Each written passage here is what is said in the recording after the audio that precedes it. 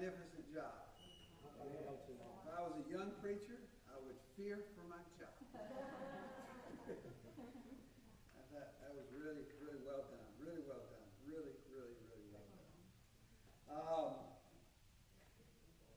Jared and his family are such a blessing in this church. We're so lucky to have them, and thank God for them all the time. So, I would like to talk about Jared and his family for 30 minutes. We have to wind up our study of how we got here.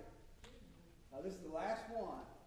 We've been talking about how we got here as a religious body. This is the 9th week now. And I know this class is different. It's not a verse-by-verse Bible class. It's not an issue class. It's been a review of our history.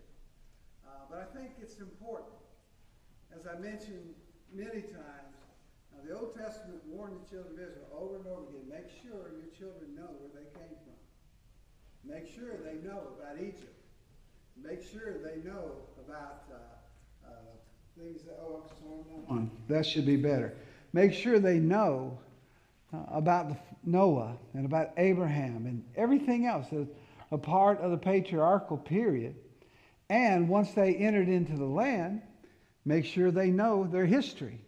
When they crossed the Jordan River, the first thing they did was pile up 12 big stones as an Ebenezer.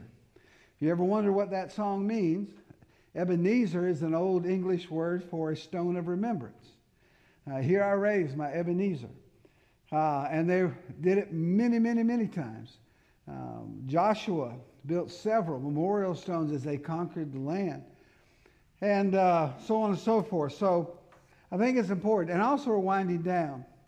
And I know history is not everybody's thing. And I know that it's something that I'm passionate about. So I have a skewed view of it. But the feedback that I've received has been very, very positive.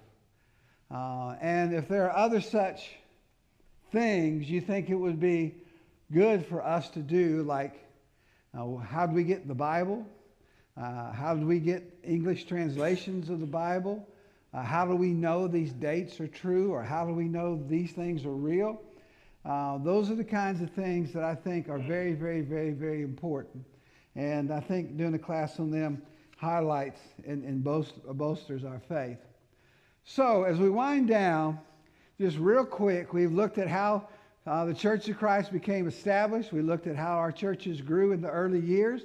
We looked at the Civil War years, the post-Civil War years, and what changed after that in terms of our church culture and the divisions that were there, not religious divisions, but cultural, political, economic divisions that existed that helped shape who we are. And then last week we talked about how that unity turned into division. We began trying to pull away rather than unite. And we turned inward on ourselves, and that left us. We talked about what happened with the Tabernacle Sermon Series.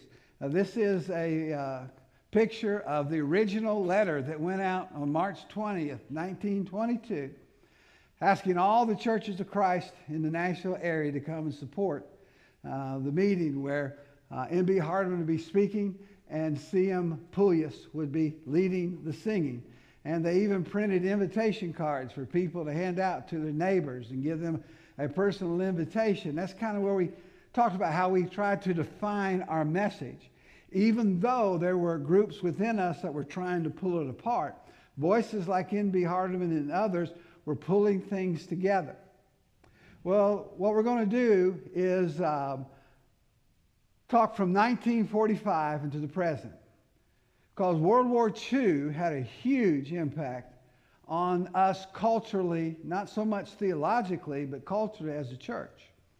As we look at this and get into this, and I'm hurrying because I know I'm going to run out of time, because I always do, is to remind us that what our goals were as a restoration movement. And I would argue these goals have not changed, by the way.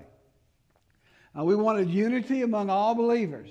That was something that was very important to guys like Barton W. Stone and Thomas and Alexander Campbell and all the rest of those early preachers.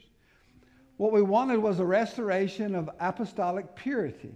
In other words, go back to the Bible. Let's research in the Bible, and let's purge ourselves of all human documents and creeds and just put them aside because they do nothing but create divisions.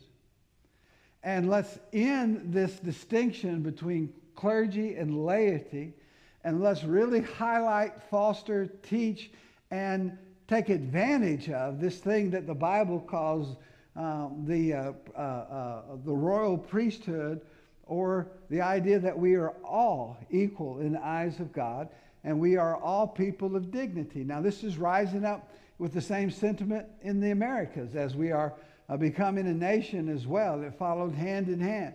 They fought for independent church government, where you're not beholding to somebody that lives 1,000 miles away and they just make decisions of who preaches here and this is what's going to be taught at Sunday and all these other things that were a part of the high church practices of the day.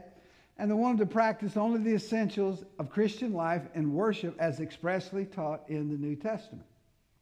So if the New Testament says they did this on the first day of the week, that's what we're going to do. Except we're not going to preach till midnight, okay? We're not going to do that. But if it's any comfort, well, anyway, I don't care about it. That was just a bad joke anyway. But anyway, but also, and the rejection of all denominational labels.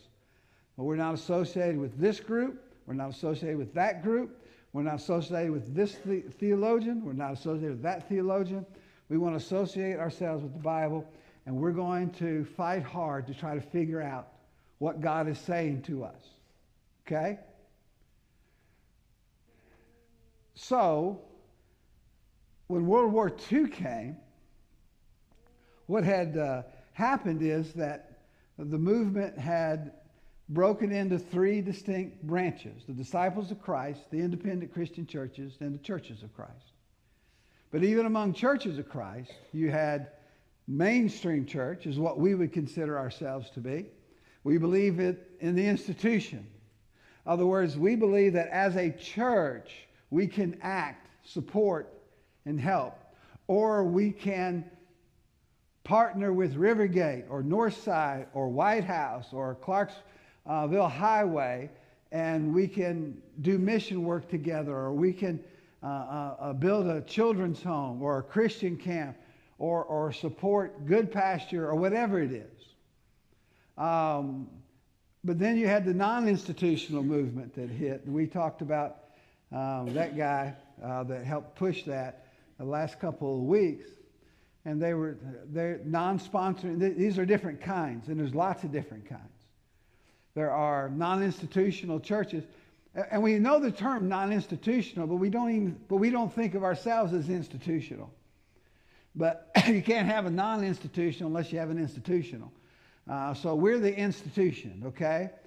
We believe in this thing called church and the freedoms that are there and responsibilities, and this is what we practice in our faith and everything. And I gladly, freely grant, we do a lot of things that are not expressly taught in the New Testament. We also do a lot of things that Jesus did. Jesus spent a lot of time talking about a lot of subjects.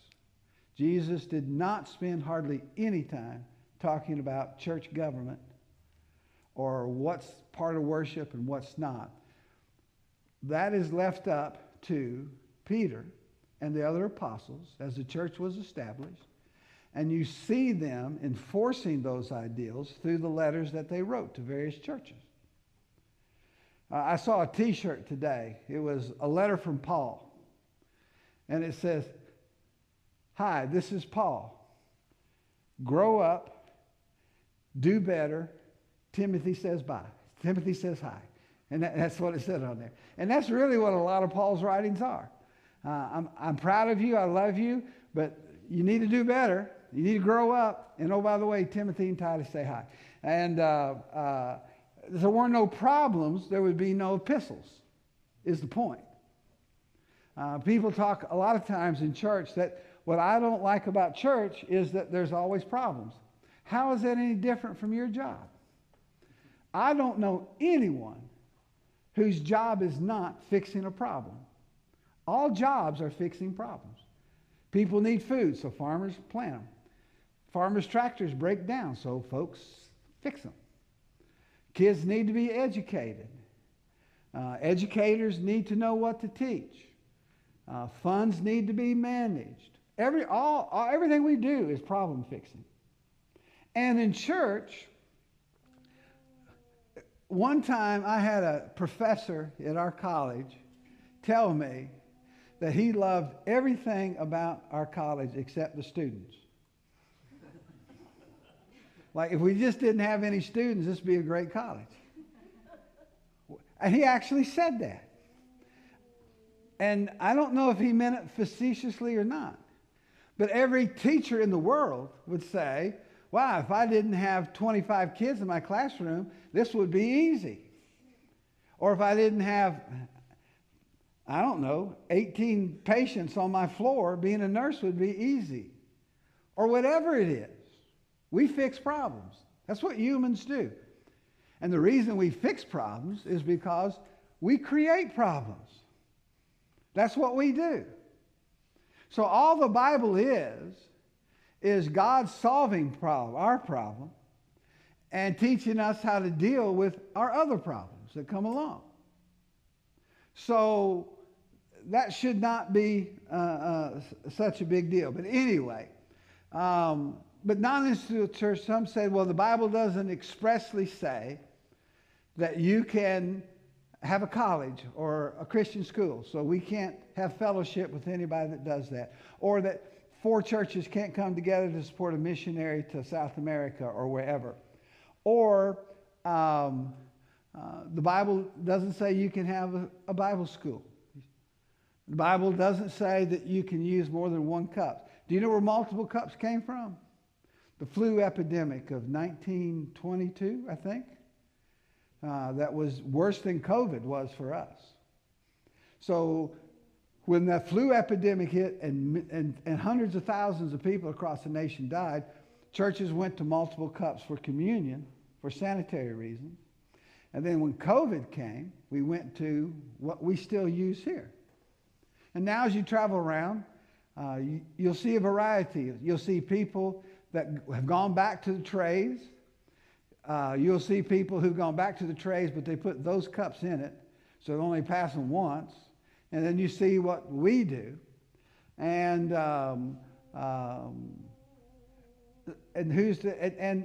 there's probably people that would prefer any one of those things. But I'll tell you what I don't think anybody in this church would prefer, and that is that we went back to one big milk jug full of grape juice and passed it around. I don't think that's what people want. You would like that? My brother did. Really? Well, here's the deal. I don't mind. You know why? Let's go do it. I sit on the front row. My germs are the first ones in there. So we go to 1 cup. It's not going to bother me at all. Okay? Yes, sir. I sat right there on the front row when I went to visit him, Uh-huh.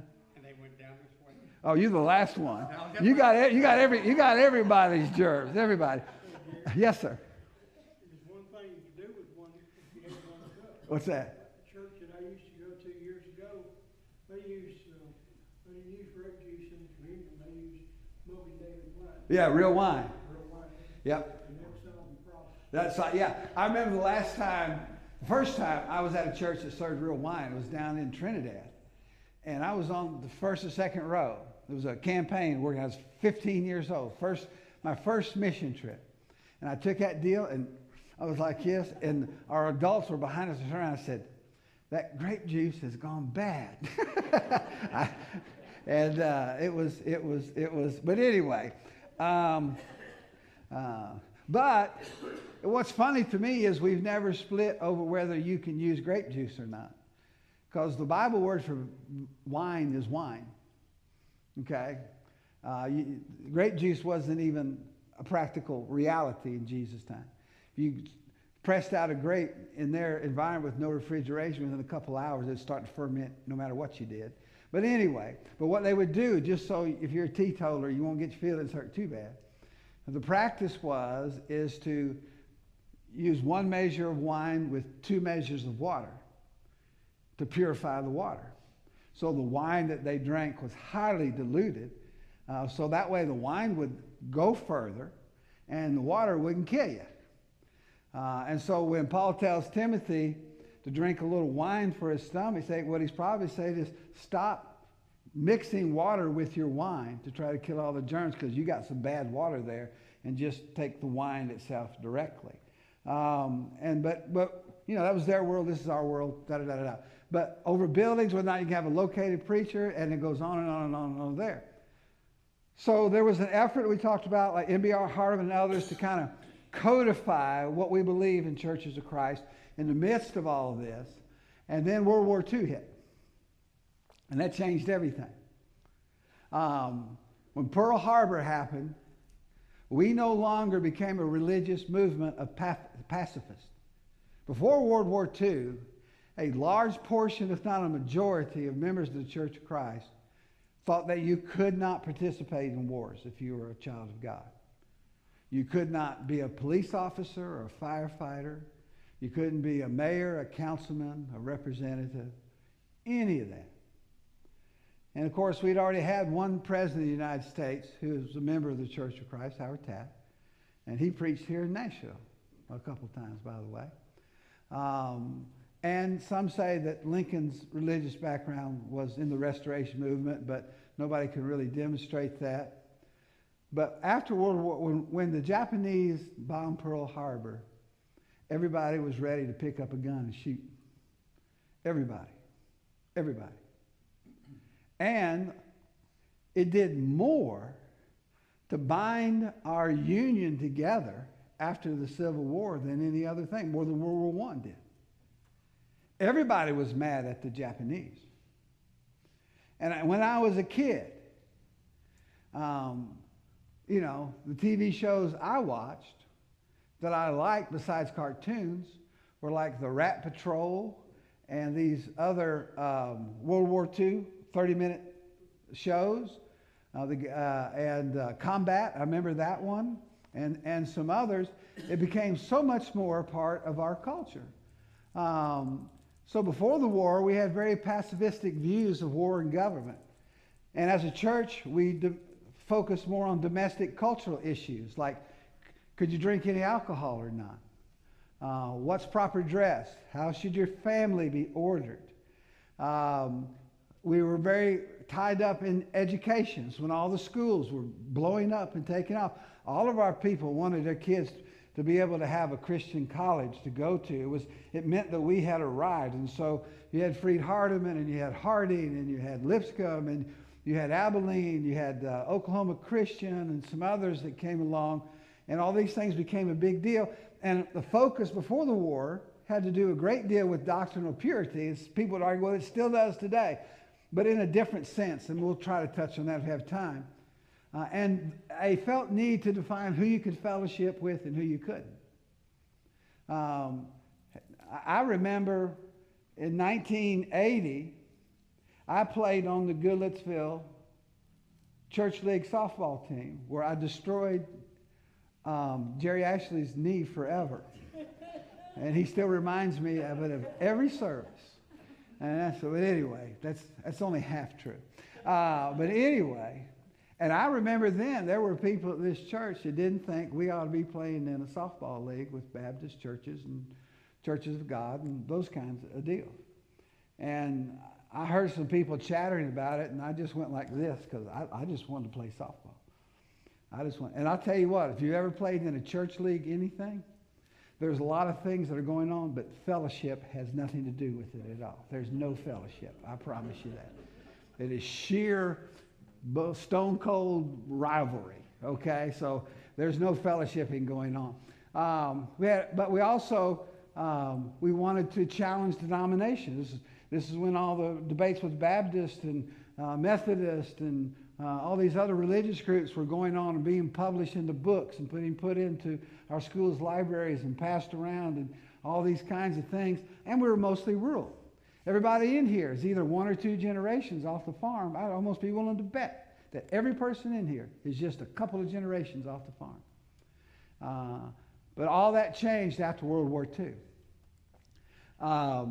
After the war, we wanted to convert everybody in America. It became a highlight rather than arguing among ourselves. We'll talk about this in a minute. Because our population was shifting. Our sons and daughters were leaving Lawrence County, Tennessee, and heading to Detroit for jobs in the auto industry, or California for jobs in aviation, or for Texas for jobs in petroleum. And everywhere this was happening, we wanted to make sure the gospel went there as well. So you talk to anybody who does a history of any church in California, and you can almost be guaranteed that church was started by some families who moved there from Texas. And all these kinds of things. In the same way, Detroit became a very, very receptive town for the gospel. And a lot of it was because people from Tennessee headed up to Detroit. You can say this, and many other cities. Evangelism became very, very, very important. We became more nationalistic as a church. Lots of churches will have American flags up on the stage. I think it's a very bad idea. That's my personal opinion. It has nothing to do with my love or appreciation for America. But our first allegiance is to the kingdom of God. I felt that way from the beginning. I feel that way now. That's just my opinion. I'm not offended by a flag, but if folks get mad if you put a cross up on the stage, why wouldn't they get mad if you put an American flag on the stage? I've never understood that, but that's a whole other thing. We're not always consistent in our logic as people because we're human. But anyway, and we wanted to start a global outreach. After World War II, we wanted to send missionaries everywhere. Guys just came back from Europe. They wanted to go back with the gospel. Folks came back and they saw what happened in Japan, that whole country destroyed, not just by 2 atomic bombs, but by months of firebombing where the majority of the city of Tokyo was completely destroyed and everything else. And they had met people in these isolated islands in the Pacific, and they had talked to them about the Bible, but they had to leave because Uncle Sam sent them away. They wanted to go back. And technology was changing. Television was starting to catch on. Radio was happening. The whole world was changing. You could actually put an envelope, and put a letter in an envelope, and put a airmail stamp on it, and they would put that sucker on an airplane and take it anywhere you wanted it to go. That was brand new. That was the internet of the post-war years. And so correspondence courses and all these other kinds of things became very, very, very big. And we became more urban, and we became more educated. Folks coming back from World War II wanted their kids to go to college. They wanted their kids to do something besides either work on a farm or work in a factory. And so our schools took off, and we became more educated. 2 generations ago, the preacher was the smartest guy in the church building. But that's not true anymore. We preach to attorneys and to surgeons and to engineers and to internet whiz kids and all this other kinds of things. All that has changed since World War II. If you watch any of these old war movies with country boys, now Gomer Pyle doesn't count, but before that you can see how that was true, and go at it from there. So it became the age of the preachers after World War II. That's Marshall Keeble on the top left. If you've heard of these guys, just put your finger in there. Everybody know who Marshall Keeble is? That's Guyan Woods. That's Foy Wallace. That is G.C. Brewer. That is B.C. Goodpasture. You've had to have heard of him. That is Jimmy Allen, bottom left. That is Gus Nichols. That is Batzel Barrett Baxter. And that is Ira North. Those were the famous guys. I was talking to a guy at a car dealership yesterday who was a Methodist, and he asked me if I remembered Ira North. That's how it used to be. And why? But you know, Gary, all those guys were very influential in politics and everything else. That's right, because our views had changed. Guy N. Woods was an attorney, and he was involved in state government in Tennessee everywhere. And all these guys were a part of it, and the technology opened up. All right, here's the deal. If you don't know this, you can get on your computer, you can go to YouTube, and you can watch about 1,000 different people that get 2 million or more views of everything they put on YouTube. Well, over time, that's going to thin out. The same thing happened with television. When you're desperate for content, and eventually television came down to just 3 networks, right? Plus public TV, but that doesn't even count. And now it's gone out again, and it's going to start coming down again. That's just the way that technology works. And then the generation after them, that's Howard Norton. Everybody know Howard Norton? See, you're going to know less of these people, but they were just influential. That is Ira Rice. Anybody remember that name? He was very influential in the legalistic, ultra-conservative, wanting to punish people he didn't agree with in school. What was the name of his periodical? Doesn't matter. That's Dr. Jack Lewis. Anybody remember him? Nope. He was our first scholar who graduated from both Harvard University and the University of Jerusalem. He was on the committee to create the New International Version. He is one of the most respected theologians. He didn't write a lot of books. He wrote a book on how we got the English Bible and some others, but he taught at Harding Graduate School in Memphis and shaped more people than almost any other.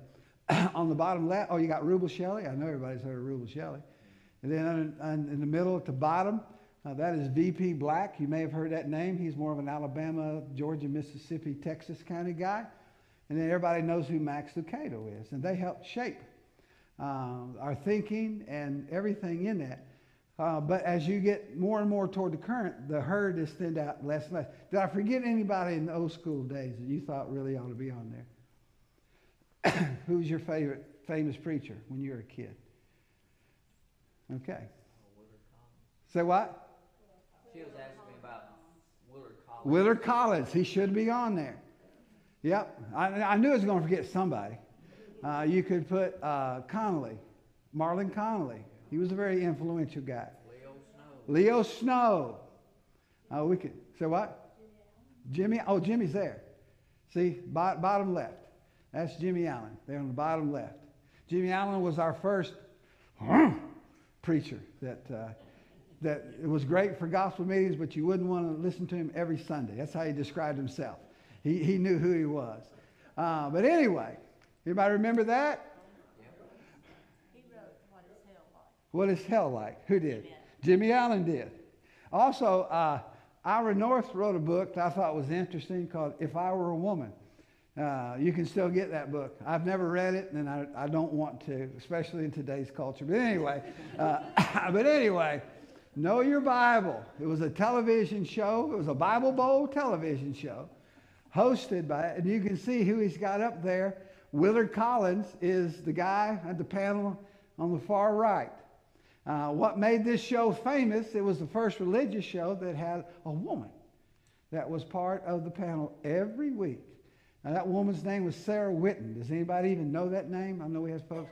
But anyway, you have Charles Brewer, which is G.C. Brewer's son, and other people that had on, and they would do this every week, and it was a very, very, very popular show around here.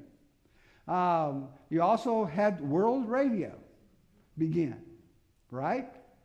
You also had not the Firm Foundation, but what's happening in that picture underneath the Firm Foundation logo. Why? That's the Jewel Miller film strips. And every church library still has them somewhere, just about, probably tucked away. Those are the lesson books on the right, and they came in the case that had 8 film strip rolls in little plastic containers, and you were supposed to go set up a Bible study with your neighbor and put the film strips on, play the record, and the record would ding when it's time for you to go to the next film strip. That was high-tech evangelism in the 60s and 70s, 50s, 60s, and 70s. And thousands of people were brought to Christ through that. We're out of time. I got to hurry. Those are the days of the charts. Everybody ever have a Bible that had all these charts in the back that you could teach your neighbor how to be a Christian? We're running out of time, but then we also had to deal with civil rights. It was a real problem with our churches because we're Southern. And a lot of you had grandparents who would never be in the same room, a church building with a black person. I'm not here to criticize anybody, but it shows you how powerful culture is. Marshall Keeble was the first one to break through. Marshall Keeble came from Nashville. He worked at a soap factory here. Became a gospel preacher. He baptized over 40,000 people himself during his career. Turner Burn. He was the man all over the place. I know so many black Christians whose parents or grandparents were brought to Christ through a meeting with Marshall Keeble. Racial integration was a problem. Lipscomb admitted their first African-American student in 1961, Freed Hardeman 65, Abilene Christian 61, Oklahoma Christian 62, Harding 63. Pepperdine was founded in 1937 and accepted people of color immediately. It was part of their charter when they, Pepperdine was way ahead of their time. Faulkner University was the last. They held on to 1965, which makes sense because Alabama was the last. Faulkner used to be Alabama Christian College and went at it from there. So today there are over 1,300 predominantly African-American churches of Christ in the United States. In 1968, Dr. Martin Luther King Jr. was assassinated. And why does that have to do with churches of Christ? I love our black brethren, but they're not going to give up their churches. They don't want to be part of our churches, a lot of them. To them, the black church is still the only place where the black man has a voice. And if they go to the white churches, they'll lose that voice. Everything about the American Civil Rights Movement centered around church. And so our culture is still ingrained in our black community. It took me a long time to realize that.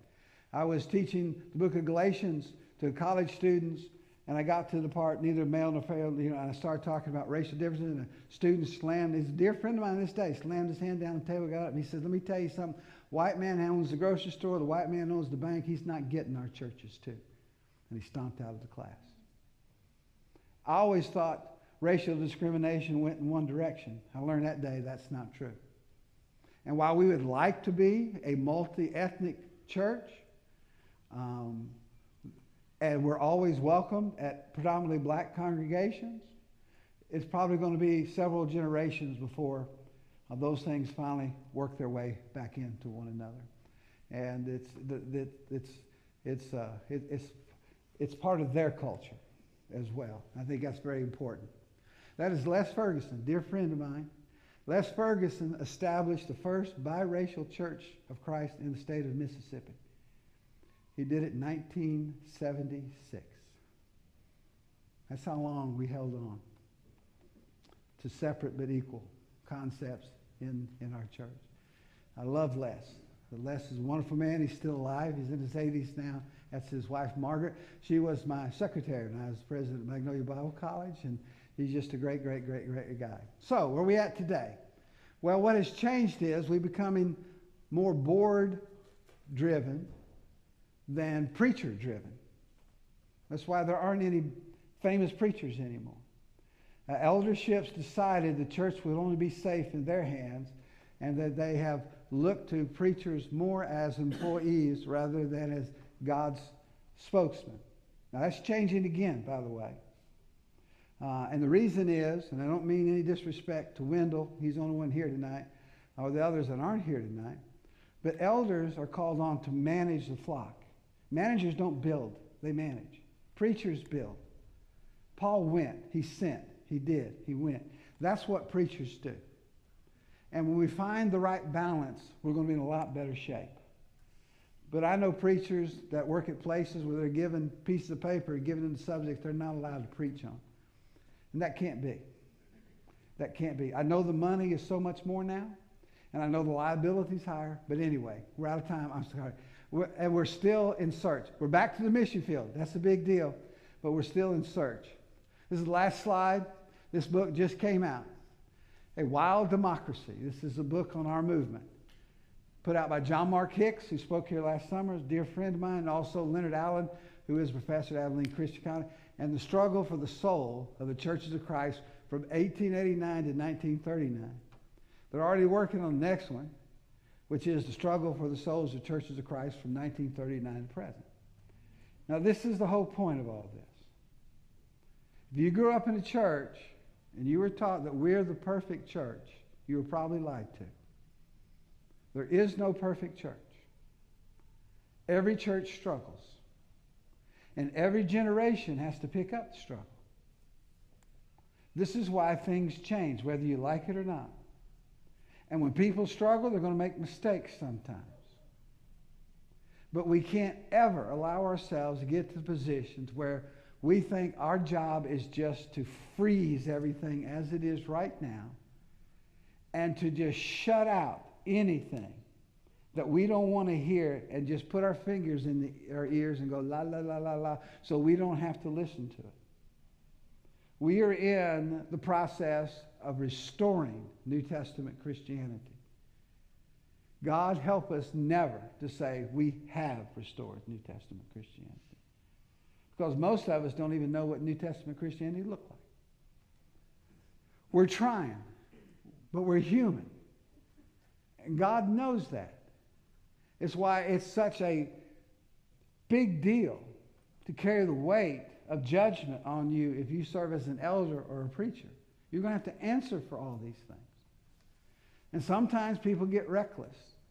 And sometimes people just make mistakes. And sometimes technology changes. And sometimes our culture shifts. Our population shifts from rural to urban, maybe back urban to rural, who knows. All these things are moving targets.